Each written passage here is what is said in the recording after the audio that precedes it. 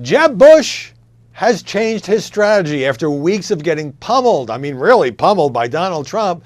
He's starting to punch back a bit, but the problem is it's like they're playing two different games. Jeb is this sort of low-key policy wonk, and Donald Trump is a street fighter.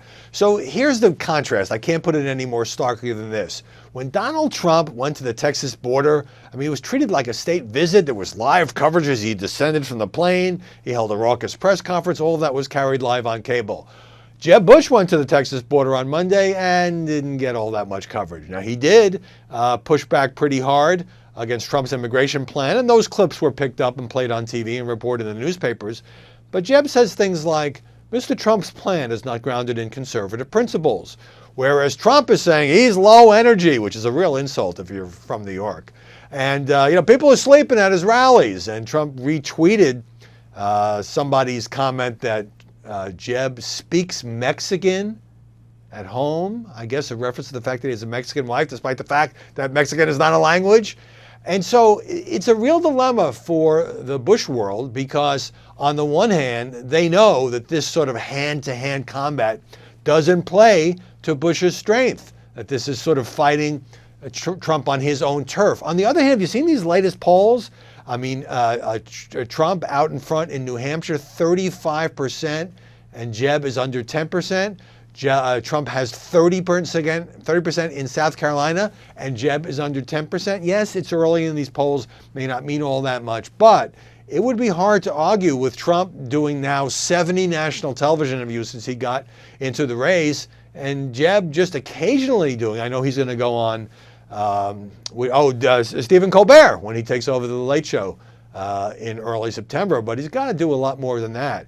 And so, you have Jeb's allies trying to put out the word. So Mike Murphy, longtime GOP strategist, Jeb confidant who now runs Jeb Bush's super PAC, is saying things on Twitter like, Trump sounds like the drunk uncle giving a toast at a wedding. And Murphy has the personality to get away with that. If Jeb tries to do it, Trump just sort of punches him in the stomach and he doesn't do all that well. But I don't really think he has a choice at this point.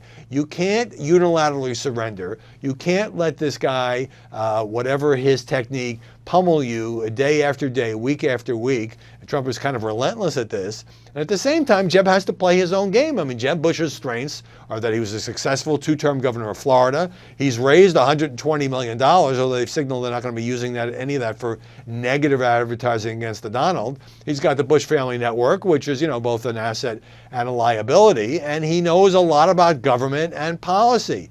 So it's kind of like, what do people want this year? They want somebody who's not from Washington, but is part of the Bush clan, for example, who is enough of a political mechanic that he can fix things?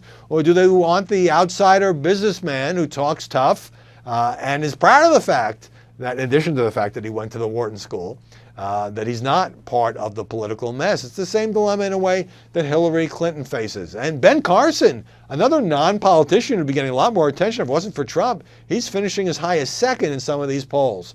So I'm going to keep my eye on what Jeb Bush does because another debate coming up next month, he has to find a way to neutralize some of what Trump is doing or he is going to get a lot more battered.